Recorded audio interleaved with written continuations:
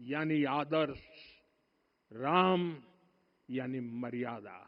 हमें याद रखना है, जो सिर्फ वर्तमान का सोचते हैं वो आने वाली पीढ़ियों के साथ अन्याय करते हैं।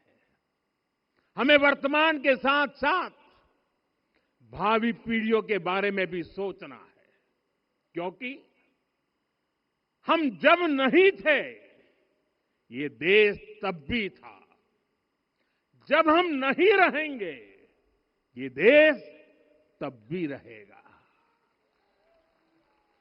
हम एक जीवंत समाज है, हमें दूरदृष्टि के साथ ही काम करना होगा। हमें आने वाले दशकों, आने वाली सदियों को ध्यान में रखना ही होगा। और साथियों, इसके लिए भी हमें प्रभु राम से सीखना होगा। हमें उनके व्यक्तित्व को समझना होगा, हमें उनके व्यवहार को आत्मसात करना होगा।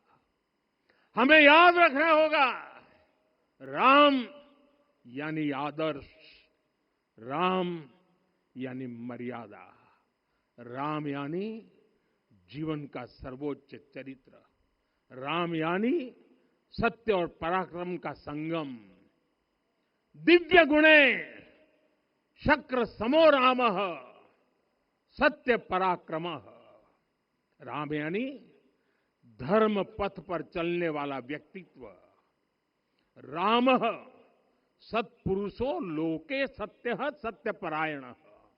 राम यानी जनता के सुख को सर्वोपरि रखना, प्रजा सुखत्वे चंद्रस्य। राम यानी धर्म और क्षमा का दरिया।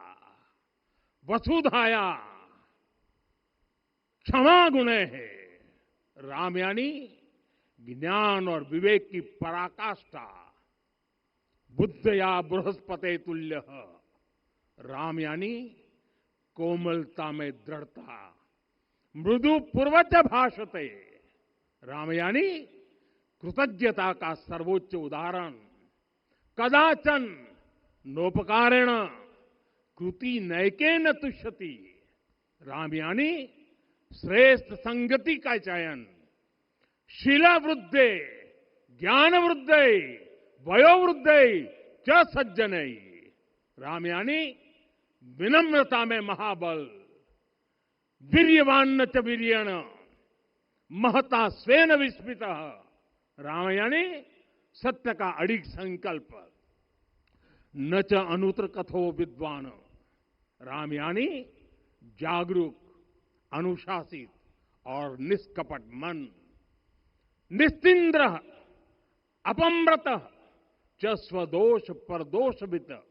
साथियों, राम सिर्फ एक व्यक्ति नहीं, राम एक मूल्य है, एक मर्यादा है, एक दिशा है। अगर भारत को साल 2047 तक विकसित बनाना है, अगर समाज को सामर्थ्यवान बनाना है, तो हमें अपने भीतर राम को जगाना होगा।